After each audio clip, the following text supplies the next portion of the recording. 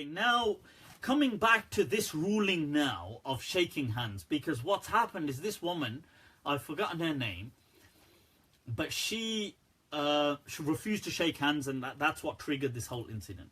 So what is the ruling about shaking hands with the opposite genders? Now, I want to say, first of all, there is a conventional understanding. What I mean by conventional, and I'm not saying traditional, because I don't believe it's necessarily from the truth, but I'll say it's convention as in it's the popular mainstream understanding of the general scholars and Muslims, is that shaking hands, people feel, is haram between the genders. Then you have an analytical view.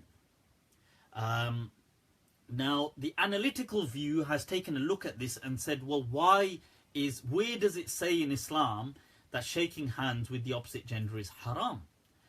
And it's really interesting that upon inspection, you find that there are actually no hadith or nothing in the Quran or Sunnah that actually explicitly and clearly, so it's sarih and sahih, proves that or demonstrates that it's haram to shake hands with the opposite gender.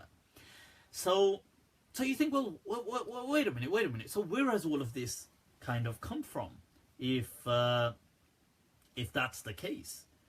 So there's a few things here to look at. Now, that is that one, people use this hadith that the Prophet said, oh, that rather than you should touch a woman, and tamassa, that you touch, mas is the word, mim, sin in Arabic, to touch, and the word lams can be used as touch as well, but mas, that if you touch a woman, you'd rather that there was a metal rod placed in your hand or in your head, and there's varying narrations. Now, first of all, these narrations are not authentic the way people would like them to be. They're not. But regardless, even if you accept them as authentic, many ulama understood here this to mean this was a euphemism for sex. That when people used the word must touch, they were actually speaking about having sex.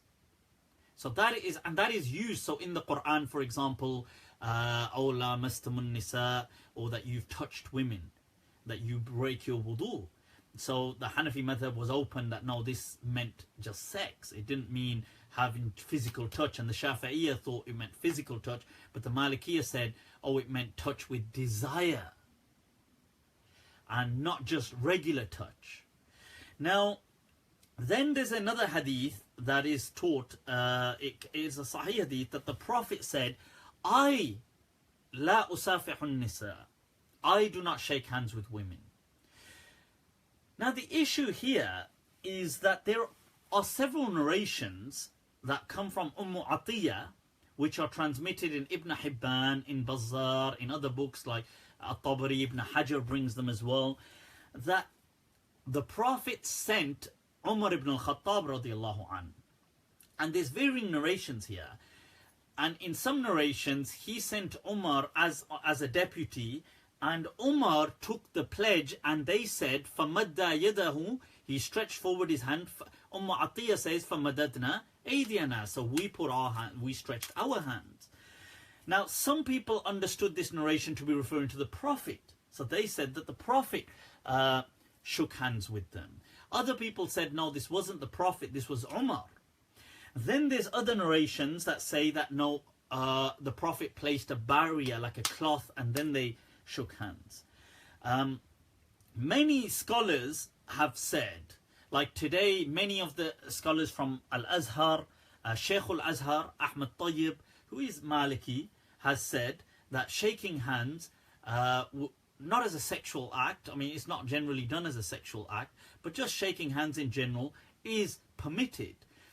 Sheikh bin Bayya, who is a Maliki scholar, has given that fatwa, renowned worldwide, one of the teachers of Hamza Yusuf. The Fatwa Forum for Europe has given that fatwa. Sheikh Qardawi has given that fatwa. Many ulama have given that fatwa that shaking hands. In fact, Sheikh Ahmad Tayyib, it's famous about him that he was handing out the graduation awards. He's the Sheikh of Al-Azhar, and he was shaking the hands, and it came to one of the female students, and she refused to shake his hand. I mean, he didn't make a big deal, but it was on stage, and then later on it was spoken about. And he said that that's fine, but this isn't actually... his understanding is this was more a cultural issue. Now, there's also another story. There's a member of the kind of Islamic Research Council in Al-Azhar and a former wakil of Al-Azhar. His name is Sheikh Mahmoud Ashur. He speaks about on one of his travels to America. He says he got there and there was a Muslim, and he's speaking to Muslims, and there was a Muslim woman, and he tried to shake her hand, and she says, I don't shake hands. And he said, oh, okay. And she said, it's haram. And he said, well, if you're going to take rulings like that in this literal way, then he said, can I ask, why are you living in this country? Because there's also hadith that would say it's haram to live in these lands. But you would say, oh, but those hadith don't mean that. So it's interesting. I mean, he speaks about that. That's available online. He also... Sheikh al-Azhar and a lot of these mashayikh say that they use the evidences of the hadith of Umar from Atiyah that she used to shake hands. That the women did place their hands on his hand. Also the hadith that when you go somewhere, bashiru wa la tunaffiru, do not frighten people away, and if it is a custom. And also the ayah of the Quran, wa idha huyyitum bi tahiyya, that if you are given a greeting, fahayyu بِأَحْسَنِ مِنْهَا, then give a better greeting or rudduha, or at least return it. They also use the evidences that Abu Musa al-Ash'ari, which is in Bukhari, they use this. So Yusuf al-Qardawi uses this as his reasoning as well, that Abu Musa al-Ash'ari during the Hajj had a woman from the tribe of who was Ash'ari, from the tribe of the Ash'ariyin, to kind of fix his hair, because they used to do tafliya. Tafliya was because a lot of the men used to have long hair. They would get sometimes either lice or sometimes some kind of, they would get certain things that would come in their hair. So every once in a while people would go through their hair and just make sure everything's clean. And a lot of the men would have braids. I keep forgetting what we call those things, a bit like those, I don't know whether they call them, I forgot now, I think. But anyway, they're kind of like the braids that men wear. But so a lot of the companions were like that, and even the Prophet used to have braids. So this tafliyatul ra's was a common practice done time to time when men would open up their braids. So somebody would go through the hair, make sure and straighten it all out. And so Abu Musa al-Ash'ari had a woman doing that whilst he was on Hajj, whilst he was muhrim.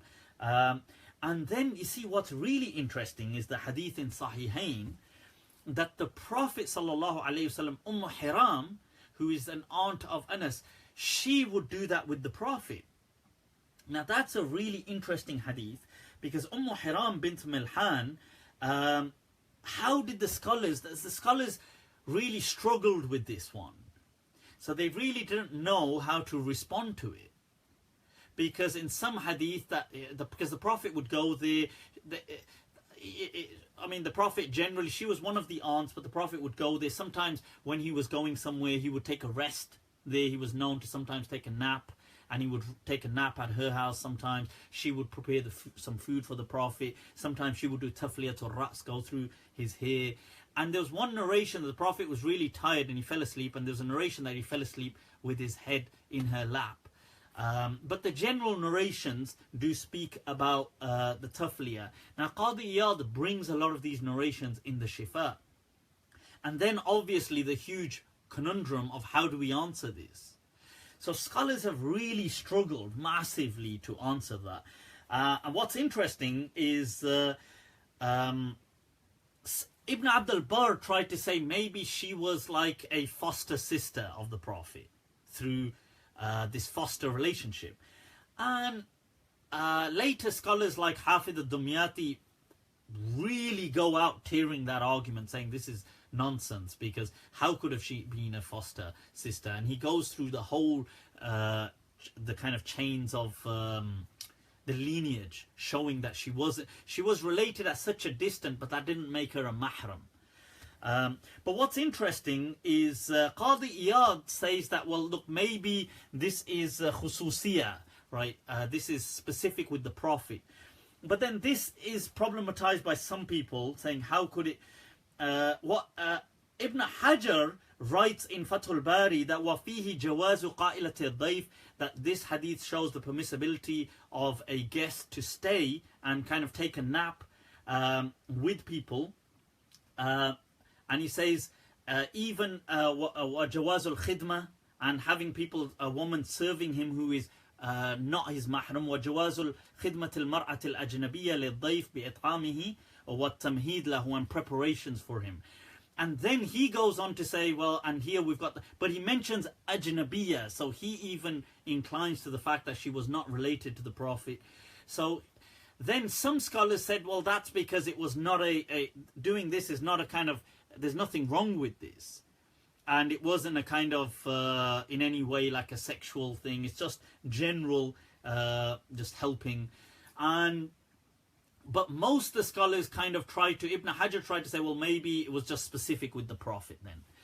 But these evidences have been used by a lot of these Shuyukh of Al-Azhar, by people like Qardawi, by Sheikh Ahmed Tayyib, by the Fatwa Forum for Islamic Forum for Europe, the Islamic Fatwa Council of Europe, by Sheikh bin Bayya, by all these kind of people that are highlighted. What I would say is that, look, if you're in a situation, if you're in a convention, my own understanding is, look, you go with your conventions.